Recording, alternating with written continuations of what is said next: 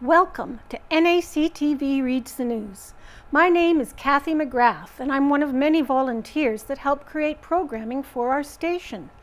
NACTV can be seen on MTS Channel 30 or 1030, Westman Cable Channel 17, Bell Satellite Channel 592, or online at nactv.tv. These programs are made possible by our volunteers, staff, advertisers, as well as donations made by you, the viewers. If you are enjoying your NACTV experience, please consider supporting us by either donation or volunteering. You can contact our office at 204-476-2639 or at nactv@wcgwave.ca. And today's issue of the Neepawa Banner and Press is Friday, August 23rd, 2024. Minnedosa Heritage Day Forging Success by Casper Warehan. And pictured, part of the Heritage Day included an introduction to the Monroe blacksmith shop, in which this volunteer was using the forge to create his own work that day. Here, a crank is turned, which operates a blower to build up the heat in the forge so that the metal can become workable once more. To learn and see more from the day, including a special flag dedication and plaque unveiling, we'll be going to page 7. Fun, fresh bannock, live music, and more made the Minnedosa and District Museum and Heritage Village the place to be on August 18th. The 2024 edition of the museum's Heritage Day event was held that Sunday. The festivities for this year were put on in collaboration with the local Red River Métis, Les Métis, and was well attended by adults and youth who took in the plethora of activities the day had to offer. We had an excellent turnout this year, around 380 people, over double from last year. The museum is pleased to partner with the Red River Métis and provide space for both the plaque and flag year-round. We hope to continue our collaboration over the upcoming years, said Museum Board Representative Murray Haywood. We are also very happy to see many young families out enjoying the festivities. The sites and activities for the day included a blacksmithing demonstration exhibit, wool carding demonstrations, a display of furs, and the Manitoba muzzle loaders. And among the many activities on the docket that Sunday, however, was one special item in particular. This was the dedication of the Métis flag and a plaque unveiling, new additions to the museum's grounds. Ahead of the unveiling, a prayer was given in Michif and English, and a speech from Roger Smith, president of Les Métis. Smith then unveiled the plaque, which highlights the history and meaning of the Métis flag as the muzzle loaders fired blanks out over the nearby river to further mark the occasion. Following the dedication proceedings, John Fleury, a minister for the Manitoba Métis Federation, shared his thoughts on the day so far with the Neepawa Banner and Press. It's very good. As you can see, the Métis community is well received here in Minnedosa. It's quite different from back in the 60s when we were growing up, said Fleury, and I think it was a big step of reconciliation when the town of Minnedosa approached the Métis community in town to participate in the Heritage Days. I find it's just been wonderful support and that we're getting. It's phenomenal. Fleury added, and the good thing is that we're entrenched in this community. Everybody says it takes a community to raise a child. Well, everybody knows who we are, but whether they know we were Métis or not, that's the question. And pictured is Roger Smith, president of Les Métis, lifts away the covering from a brand new plaque.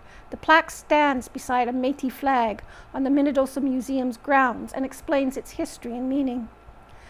Fleury also noted that the Métis have several years of involvement in the Lieutenant Governor's Cultural Days, an event that is now discontinued, but once identified and featured cultures from the city of Brandon and surrounding area across multiple venues within the city. One of the most well-attended was the Métis. The music, the speeches, we kept them short, but still we had a message and put that forward, and even that was well received, Fleury shared. And, of course, our dance. We had people up there jigging and doing the square dance. When you hear that fiddle start to play and guitars going and people are starting to dance and their feet are going, that's reconciliation at its best. This sort of experience is one that was surely echoed at the Minnedosa and District Museum's Heritage Day. As for the plaque itself, Fleury highlighted the importance of its use in sharing an explanation of the Métis flag. He noted that people see the flag all the time, but many, especially visitors from other countries, wonder what it's for and what it means. They don't know what it is unless they researched it, and then they say, okay, the infinity flag, the Métis use that, whether it be on their hunts or political events or organizations, said Fleury. So we thought the best thing for us is to put on an explanation of the flag. Fleury added, and again, you see the people out there that participated in the dedication and unveiling. Like I said, it's so well received, and it's just a great acceptance from the community, and nothing can take that away. The museum board extends thanks to all those who helped make the day a success. And Investigation into multiple homicide near McCreary continues, by Owen Devereaux. As of Tuesday, August 20th, no additional details have been shared with the public related to a tragic multiple homicide near the town of McCreary on Friday, August 16th. RCMP have not yet commented on a suspected motive behind the incident, which left 4 people dead, including 1 by suicide. As well, the names of the deceased have not been released to the public by officials. The tragic timeline. The entire shocking situation started at 10:10 a.m. on Friday when St. Rose de Lac RCMP received a call related to a body found on Road 84 West in the RM of McCreary. When officials arrived, they located a 41-year-old man dead from a self-inflicted injury. While police were still on that scene, they received a second call asking for a well-being check on a 37-year-old woman. Officers went to her residence, but she was not located there. Police then traveled to another nearby home in search of the female, and upon arrival, found 3 people dead. The deceased were a 66-year-old female, a 65-year-old male, and a 35-year-old male. Additional police resources were deployed to the area, and at around 1 p.m., the missing female was found safe, but taken to hospital as a precaution. The response to the incident has been one of shock across the province. During a press conference earlier this week, Premier Wab Kinew said, "The terrible tragedy in McCreary is something that I think affects all of us as Manitobans. It's a terrible situation that we never expect to see in a province like ours." That same sense of shock and sadness was shared by Municipality of McCreary Reeve, Richard Sonnenberg, in an interview with CBC News over the weekend. "You hear about it and you expect it not to happen in your community. But here we are. It's happened," Sonnenberg told the CBC. "It's devastating for the whole community and for all the people involved." Manitoba RCMP provided new details on the timeline of events that occurred in connection to the incident near McCreary. Investigators with RCMP Major Crime Services now believe that on August 16th at 1:20 a.m., Marlon Glover, a 41-year-old male, forcibly entered the residence of the 37-year-old female. This forcible entry was targeted as the male and female were known to each other through a previous relationship. She was able to escape and hide in a wooded area. The 41-year-old male left the residence and went to a nearby home. He then killed the 66-year-old female, 65-year-old male, and 35-year-old male. These were the parents and brother of the female. He left the residence in his vehicle, stopped on the side of Road 84 West, and died from a self-inflicted gunshot wound. The family has requested privacy at this time. Making a line change at the Yellowhead Centre. A leaky cooling pipe under the arena concrete has been repaired, by Owen Devereaux. And pictured at the top, a small portion of the Yellowhead Centre's concrete floor was removed to allow for access to a leaking pipeline. And below, and the repaired section of the Yellowhead Centre as of Tuesday, August 20th. It ended up being a best-case scenario in a recent bad situation for the Yellowhead Centre in Neepawa. On Monday, August 19th, maintenance staff with the Yellowhead, along with a technician out from Winnipeg, were able to repair a pipeline leak underneath the arena's concrete floor. The leak had caused the delay of the installation of the ice inside the 52-year-old volunteer-operated community facility. The issue was discovered last week when the ice-making process inside the arena first began. Very early in the action, a problem was found and work was immediately halted. The search began to diagnose exactly what was the cause, and it was discovered that one of the pipes under the arena surface was leaking brine. Brine water is a calcium chloride solution that freezes at a lower temperature than water and therefore remains a liquid as it flows through the pipes. It is still cold enough, however, to freeze water that's poured on the surface above those pipes. Most hockey arenas use brine when installing their ice. The next step for the Yellowhead Centre was to contact Simcoe Refrigeration, who are based out of Winnipeg, to examine the system. Both parties looked at all the pipes under the concrete to ensure that it was, in fact, just the one line that was creating the problem. Fortunately for the Yellowhead, it was just the one. Another fortunate circumstance for the arena was that the problem could be solved with just a small portion of the concrete needing to be jackhammered away to allow access to the pipe. If the leak had been further down the pipeline, a massive section of the arena floor could have potentially needed to be destroyed, further delaying arena usage. Fortunately, though, the leak was fixed by late Monday afternoon and new concrete was poured and leveled.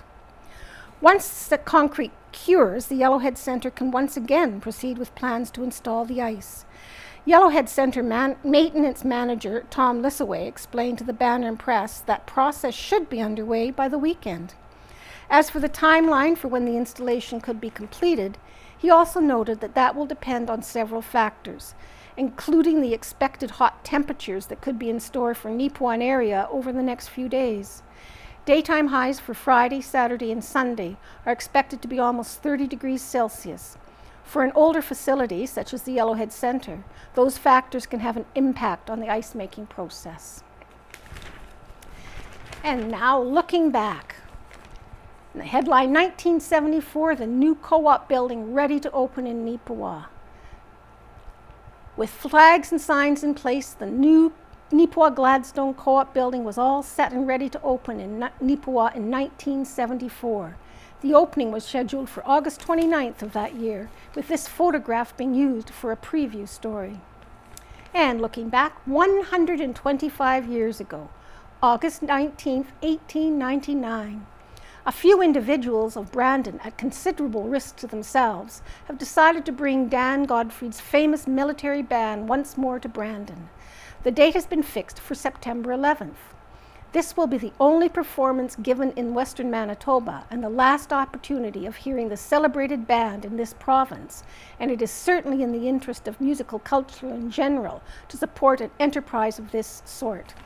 And note that Dan Godfrey was the oldest son of Charles Godfrey, who was bandmaster of the Coldstream Guard. Much like his father, Dan and many other family members became well renowned for their military bands, rather as bandmasters or conductors.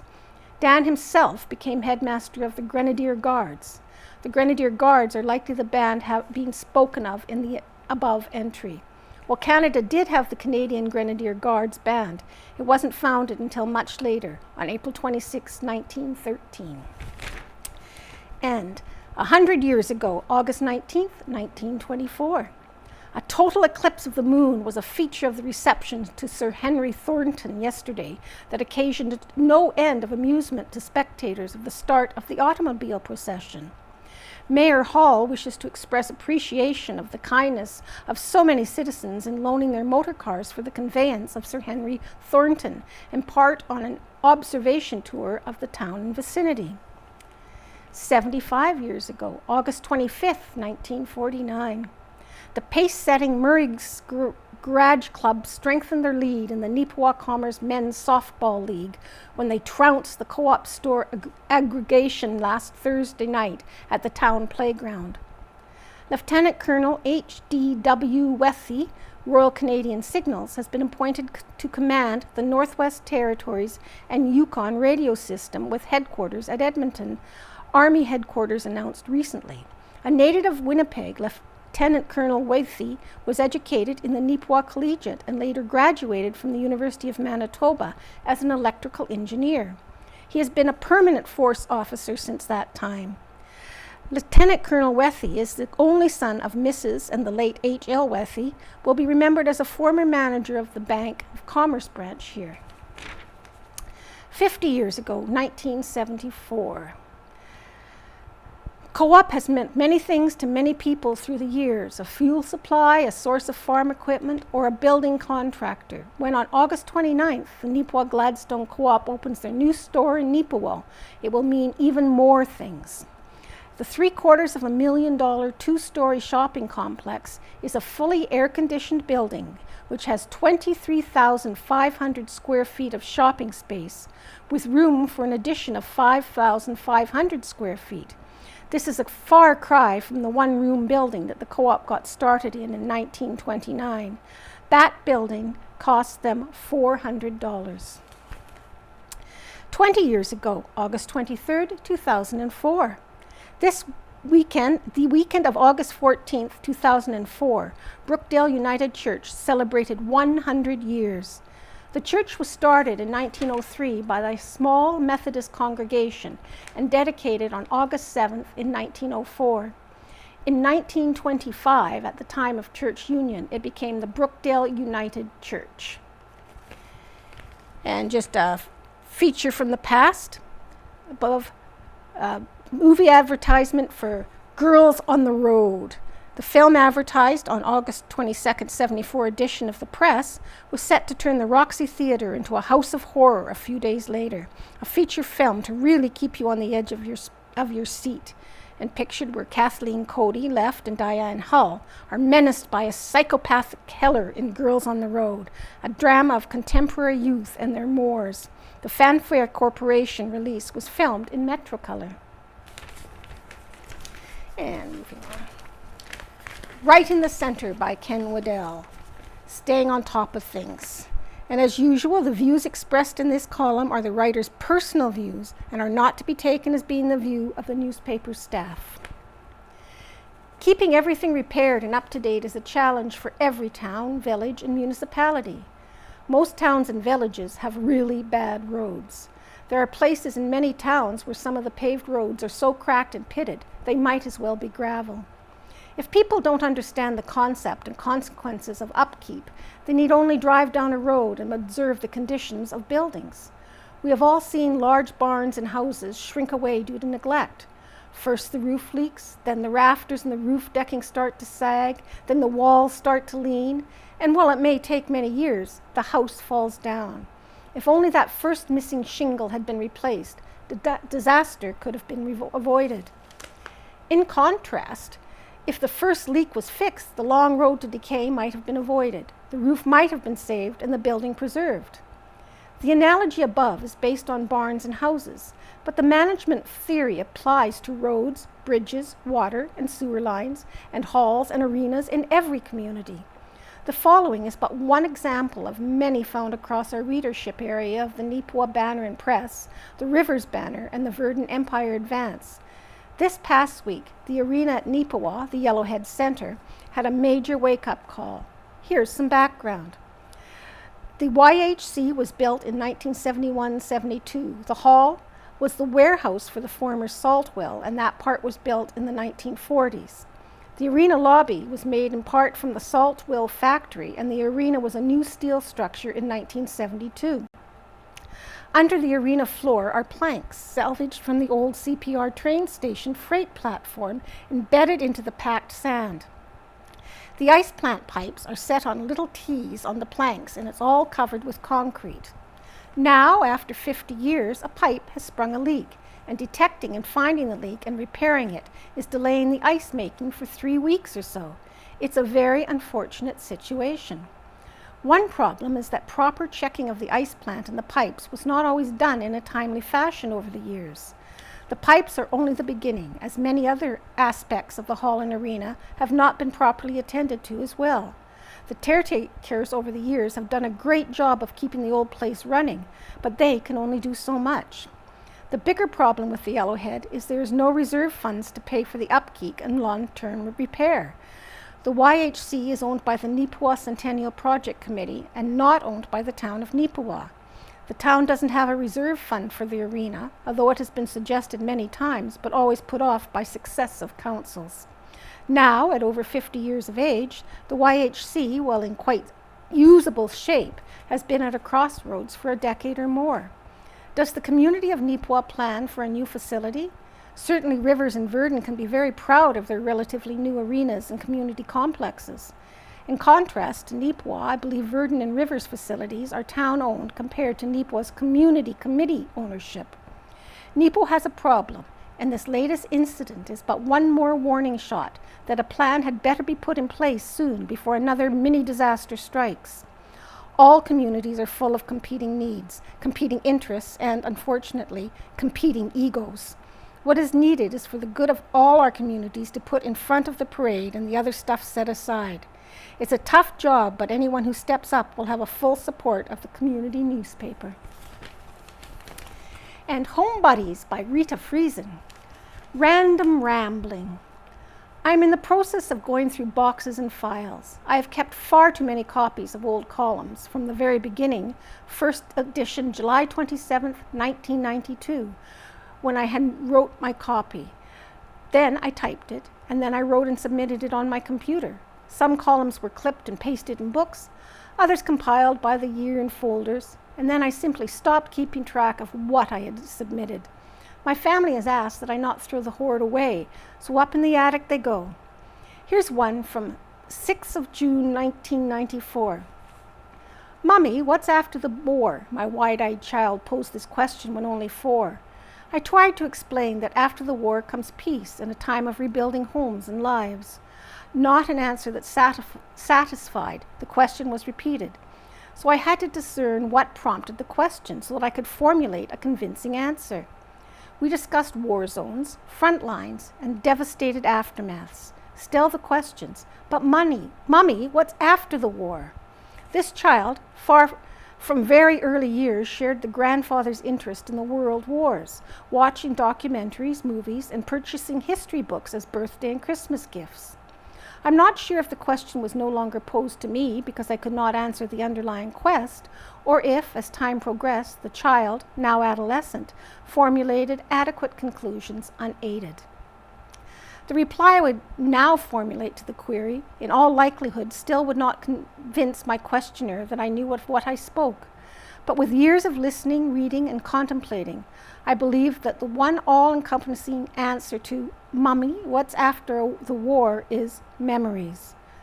For those who have experienced war and are willing to talk about it, it is as if the events occurred just yesterday and today, so vivid are the memories. For those who don't wish to discuss any aspect of war or their involvement in it, it is for the very same reason. The peace comes with a price. I think I did okay with that bit of writing. Note the columns were much shorter than they are now. My original thought for this week is from this week's real life. I'm fighting with slugs in the garden, and I don't like it at all. I don't like the looks of the creatures, I don't like what they do to my garden, and I don't like getting rid of them. Sharing this with a grandchild, they reminded me of an early life lesson taught to them. An adult, witnessing the grandchild years ago stepping on anthills, reminded them to be careful because ants, if hurt, don't have doctors. Isn't that a wonderful way to consider our actions with and toward other inhabitants of this earth? The child wasn't scolded or embarrassed or belittled, just asked to consider the effects of their action. So, now to find a humane way to rid the garden of the slimy slugs that are inhabiting the place I used to grow my food. Not quite ready to share my strawberries with them. And Faithfully Yours by Neil Stroshine. 2 weeks to go. As I write these words, the signs of coming season are all around us. Familiar vehicles have reappeared in local school parking lots as teachers set up classrooms, review class lists, assign desks, and lay out textbooks for students to pick up when the classes begin. By now, lists of recommended school supplies will have been emailed to parents who, along with their children, will be making their annual visit to department stores, stocking up on pens, binders, notebooks, clothing, shoes, and other essentials. In the school's division's maintenance shop, mechanics are busy changing engine oil, replacing filters, lubricating joints, and replacing worn-out tires on their fleet of school buses. After a thorough cleaning, exterior wash, and final inspection, they will be assigned to their routes and picked up by their drivers. Shortly after Labor Day, the buses will roll, town students will walk to school, and teachers will be in their places, ready to welcome them all as another school year begins. From the moment I entered grade 10, I was encouraged to pick a career and gather the information I'd need to decide which college or university to attend following high school graduation. I was not prepared to make such an important decision so early in life, but I was sure of this: I had no desire to become a public school teacher. Now, don't get me wrong, teaching is an honorable profession. Teachers, in my view, are worth every penny of their salary and every week of their summer break. Theirs is a far from easy job. Teachers will accompany students as they transition from child to adolescent to young adult. The adult who walks across the stage to accept a high school diploma will be far different from the child who entered kindergarten 13 years earlier. And as they watch their students accept their diplomas, the faces of the teachers will be as radiant as those of their parents. Both can be justly proud of what their children and students have become. As we all know, high-quality public education costs money, lots of it, money that you and I pay each year in municipal and education taxes, taxes that I do not mind paying. I consider municipal taxes to be an investment in my quality of life, and education taxes to be an investment in the future of our communities, our province, and our country, all of which are, in my opinion, good investments to make. But I am also aware of weaknesses in the system that cause some families to choose to homeschool their children or send them to private, faith-based schools. Primary school, K-12, teachers know that there is a fine line between education and indoctrination, and that they will always be tempted to use their position and influence to so shape a student's thinking that it aligns with the teacher's personal, political, economic, social, or cultural views. All teachers try very hard to resist this temptation. Most succeed very well. Today's public schools are filled with students from many different cultures and countries of origin.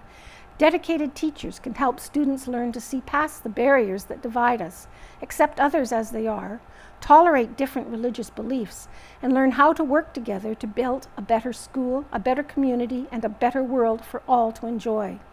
I am a strong believer in public school education. It has served me and my family well. I pray that it will do the same for you and yours in coming years. And the Beautiful Plains Museum, Postcards in Canada by Stacy McGrath. And there's two pictures here, pictured above and right, some samples of postcards from Neepawa. And one is a load of giant pumpkins, and the other is a woman in a very long dress sitting on a man's lap smiling. With easy access to technology and communication, it is easy to take for granted the connectivity of the world.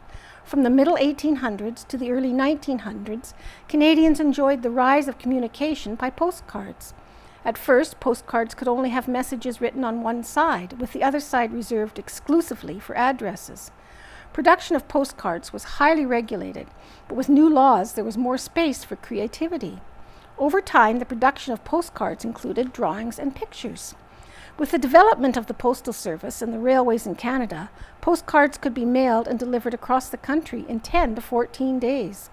Mail services to countries overseas were established with fixed rates between countries that joined the General Postal Union. Mail to Manitoba made its way from Ontario through major cities in the U.S., on the Great Lakes, and up through North Dakota. Postcards sent in large cities in Canada could arrive to their destination on the same day, making them easy to use for appointments, news, and advertisements. The designs of the postcards came in a variety of tastes, from drawn pictures to photographs. Postcards from the prairies were not produced in a high number, but were precious to their recipients. Small towns could not support their own photographers, but some amateur photographers and painters made postcards for their areas. Overall, postcards were easily accessible to the public. The cost to purchase one was 1 cent, and to mail it was 2 cents, making them an easy way to update family and friends. It was not a financial strain for the average person to send a postcard. Today, a few people mail postcards to their friends and family, and overall this practice is out of delivery. The Beautiful Plains Museum has a couple of folders filled with postcards from different places. The museum is open Tuesday to Saturday from 9 a.m. to 5 p.m. and on Sundays from 1 p.m. to 5 p.m. Stop by and look at our many postcards on display. And we have thumbs up and thumbs down. Thumbs up to Reverend Chris Arthur. Christopher Arthur came to St. Agnes in 1999 to get to know his new community. He joined the fire department and volunteered as a paramedic. Acting as the spiritual leader of these two groups, Reverend Arthur looked after the mental and spiritual needs of the other first responders. But who looks after Father Chris, Anglican minister's spiritual and emotional needs? Robert Smith from Edmonds. And thumbs up to a well-organized Minnedosa Fun Fest parade and events. Also to a memorable Harvest Sun Music Festival by John Drinkwater of Neepawa. And a huge thumbs up to Megan Peters, Angie Weisgerber, Kelly Spencer, Jaden Hankey, and Adrian Mulvazar for their time and talent helping teach the Neepawa Drama Camp. Thumbs up as well to Yvonne and the Arts Forward Board for supporting the arts in our community and offering such a range of activities. We are so extremely fortunate to live in this community. By Kate Jackman Atkinson from Neepawa. And 2 thumbs up to Boo's Body Shop in Carberry. From the early morning CAA tow to the expertise and above and beyond service. Booze took all the stress out of our recent truck breakdown while camping in Spruce Woods. A 10 out of 5 in our books. Your team is awesome. Beth McNabb of Minnedosa. And Beautiful Plains implementing plan for cell phone ban. School division to abide by the new regulations by Owen Devereaux. Like almost every other school division across the province, Beautiful Plains has spent the last week making some on-the-fly adjustments for the upcoming school year in relation to student cell phones. On Thursday, August 15th, the Manitoba government announced restrictions on phone usage by students. There will be a complete ban on cell phones for students in kindergarten to grade 8 during school hours, including lunch and breaks. As well, for students between grades 9 and 12, cell phone use is banned during class time, though their use will be permitted during breaks and lunch.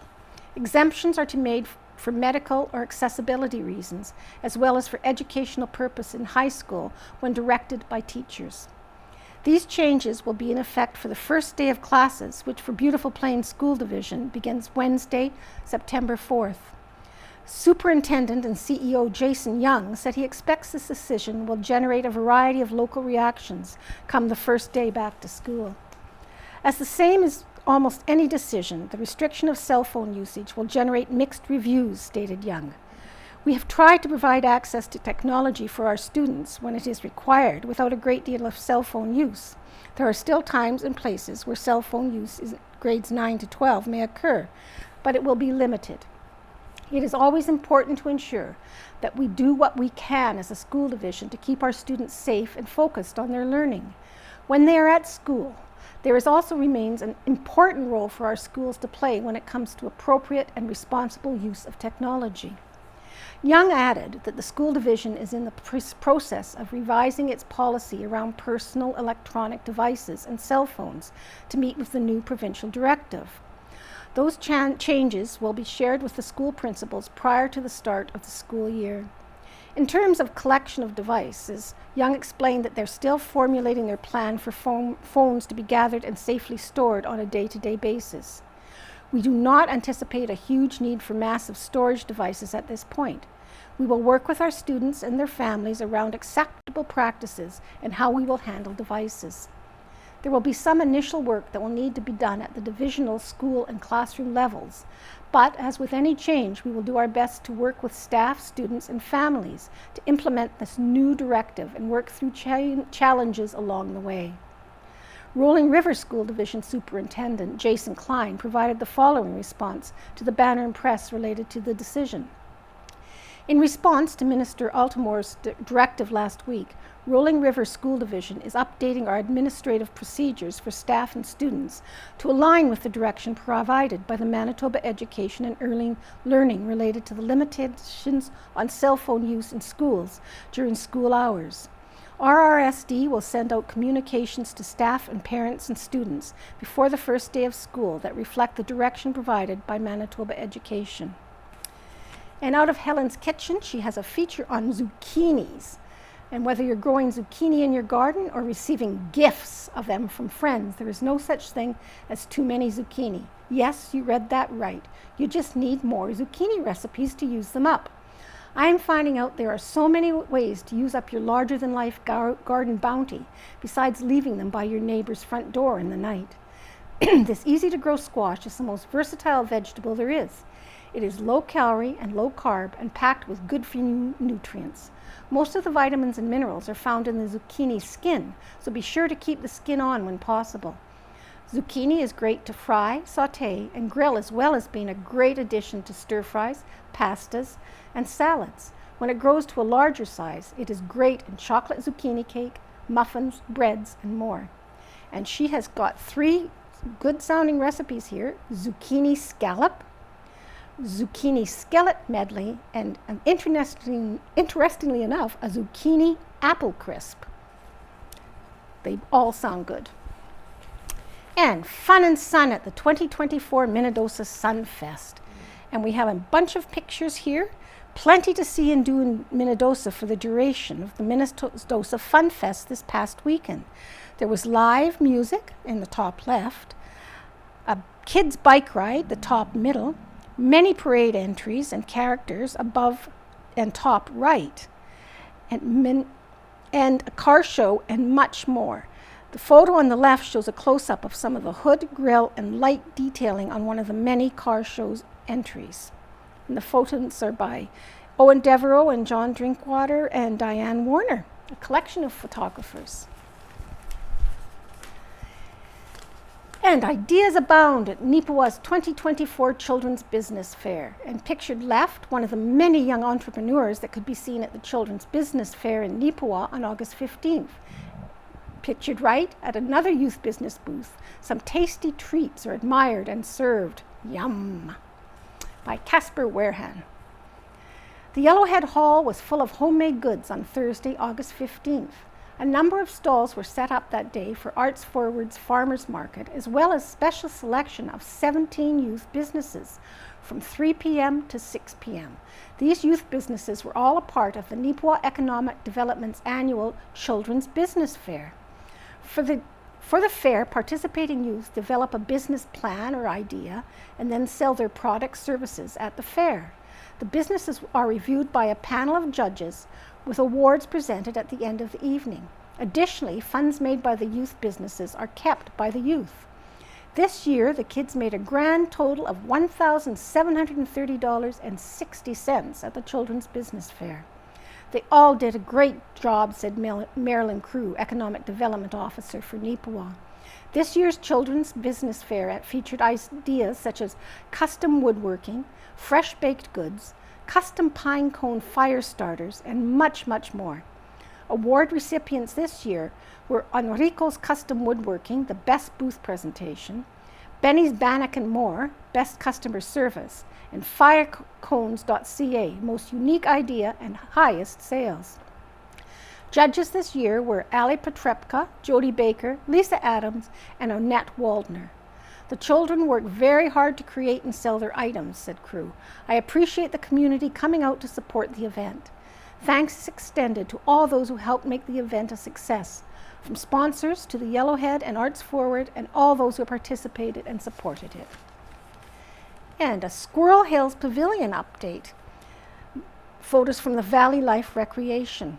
Above, a close-up of the concrete pad shelter and new seating, and below, a view showing a portion of the new pathways to the pavilion. Valley Life Recreation released another public update last Friday regarding the progress made at the new trailhead for the Squirrel Hills Trail Park.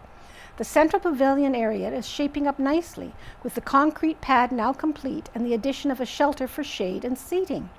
Work to put on a pathway from the parking lot up to the pavilion has also been progressing well. Per the announcement last Friday, a tin roof was yet to be added to the shelter, was planned to be implemented in the following days. And here on the lower side, about the Harvest Sun Hoedown. and the photos by John Drinkwater. There were plenty of musical acts to enjoy at the 2024 edition of the Harvest Sun Music Festival in Kelwood. The finale to the show was a great big hoedown with several acts taking to the stage together. Left, the headline act for the Harvest Sun Music Festival was the Wrigley Brothers. Bottom left, Devin and Carl Latimer from Leaf Rapids. Other entertainment included acts such as Al Simmons, Shotgun Jimmy, Annabella Proper, Deacon Creek, a mini folk dance workshop, and much more. And we're still having family events. Family fun at Neepawa's Riverbend Park. Photos by Casper Warehan. Neepawa and Area Immigrant Settlement Services Settlement Workers in Schools program held its annual Family Fun Day at Riverbend Park on August 20th. The festivities kicked off at 10 a.m. with some speeches, a dance, and musical performance, games, and more going on into the afternoon. Above, the Neepawa Gladstone Co-op was busy grilling on-location hot dogs for the Fun Day lunch.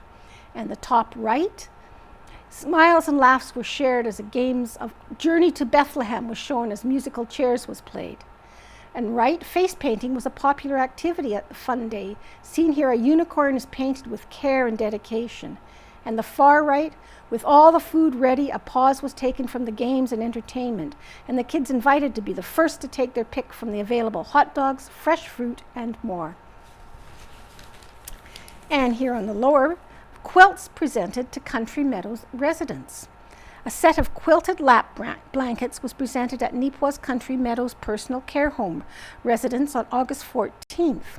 Seen here from left to right are Jocelyn Schepper, manager of the Health Services LTC, Diane Cottingham, a resident, Tamika Barron, client care coordinator, Lynn English, a resident, and Heather Cummings, the quilter. And we're moving on to sports. Neepawa and area athletes make their mark at Manitoba Summer Games in Dauphin by the Banner staff. The 2024 Manitoba Summer Games were held in Dauphin from August 11th to 17th. The games featured the province's top under 14 to under 18 athletes in 12 different sports. Local athletes from Neepawa and surrounding communities competed as part of Team West, who finished third overall in the medal count with 78, 15 gold, 30 silver, and 33 bronze. Here are some of the most notable results from the events. Neepawa participants, individuals, Sophie Saquette, cycling, silver medal, cycling individual short track mountain biker under 13 female, silver medal, cycling individual cross country mountain bike under 15 female. Jordy Lowen, cycling, silver medal in the XCC short track, bronze medal in the XCO mountain bike race.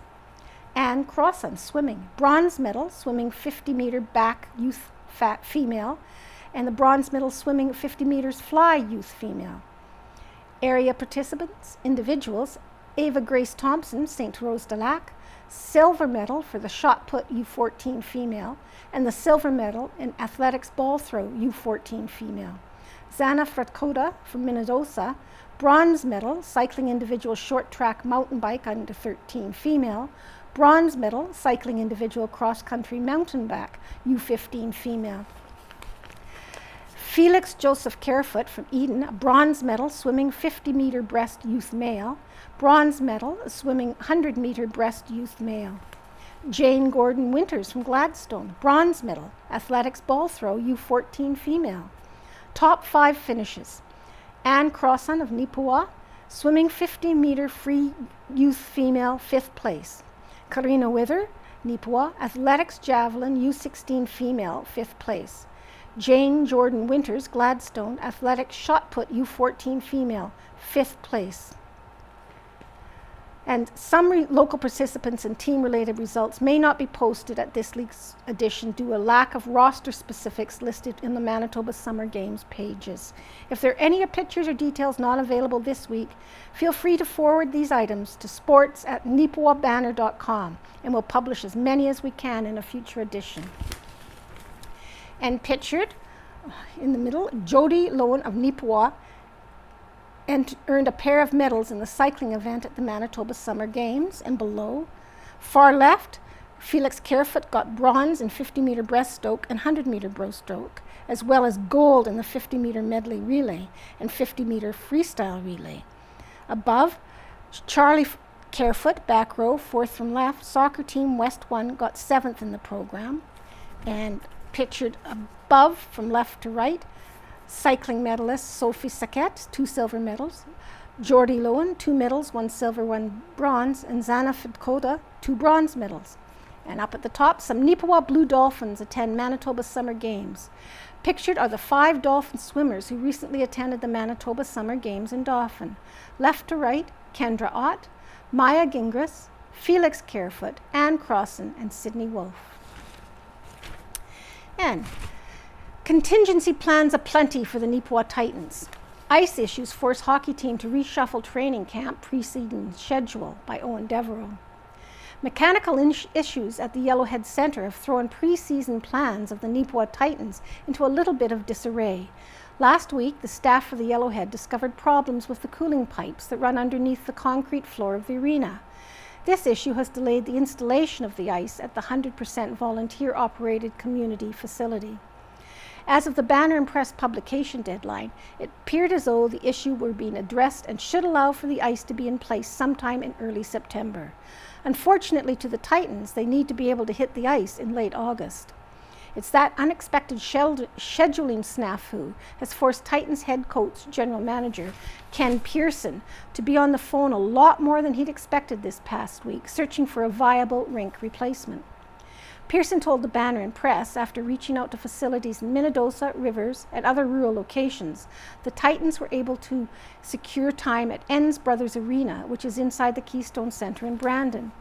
Pearson said that they are thankful that the Keystone was able to accommodate them on such short notice. Training camp for the hockey club will proceed on September 3rd and 4th in Brandon. Pearson noted the organization has alerted the families of 65 players that are participating in the camp of the change. They are also assisted as best they can with the necessary changes in accommodations.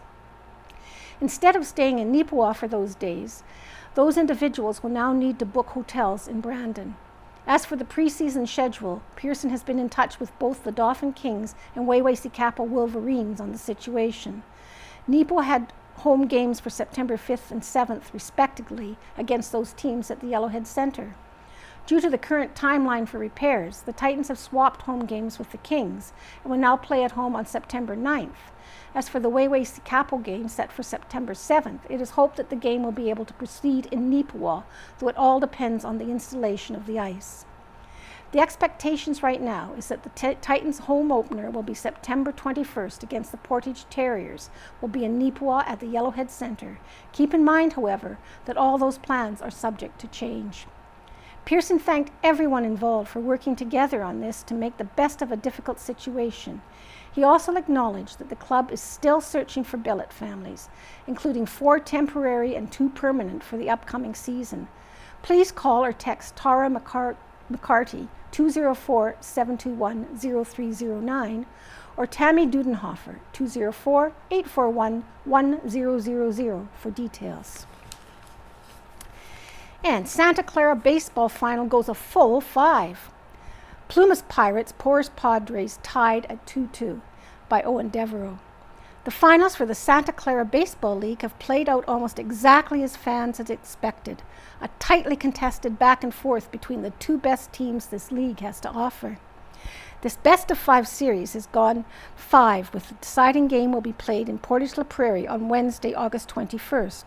The results from that showdown were final after the Banner and Press publication deadline and will appear in the next edition of the newspaper. As for now, those 2 clubs ended up getting to Game 5. It proved to be quite the journey. After Plumas claimed the Game 1 win back on August 9th, Portage replied with a dramatic 8-7 extra inning victory on August 15th. Tanner Jago led the way for Portage, going 3 for 4 at bat, with 3 runs batted in, including a 2-run home run.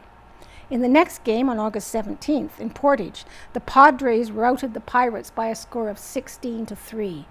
Pitcher Tyler Olson earned the win, pitching 5.33 innings, while Tristan Chandler closed it out with 3 strikeouts in 1.67 innings. The Padres' win had the Pirates reeling, but they weren't done just yet, as Plumas replied on Sunday, August 18th, with a 9-6 win. For the most part, it was a team win, as several Plumas players contributed to driving in runs. Justin Walker got the win on the mound, giving up just 3 hits over 5 innings. Riley McBride came in for the save.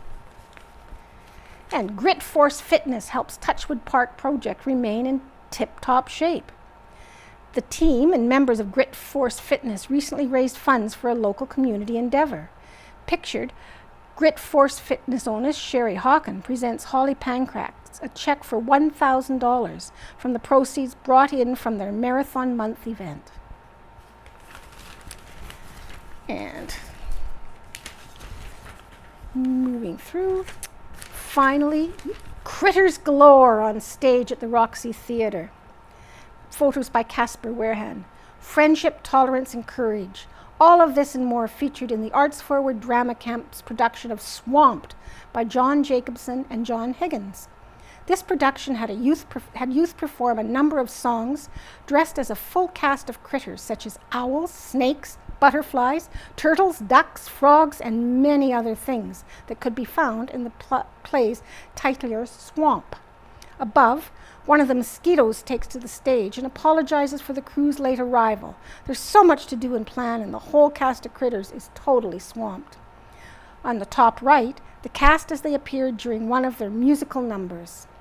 Above middle, a frog is seen helping a tadpole take a stand as Billy the Frog and company look on. It seems the tadpoles won't be tadpoles much longer as they begin to finally become frogs. And above right, the cast is pictured during their performance of Just a Little Tadpole. And that concludes the Neepawa Banner and Press for Friday, August 23rd, 2024. I hope you enjoyed.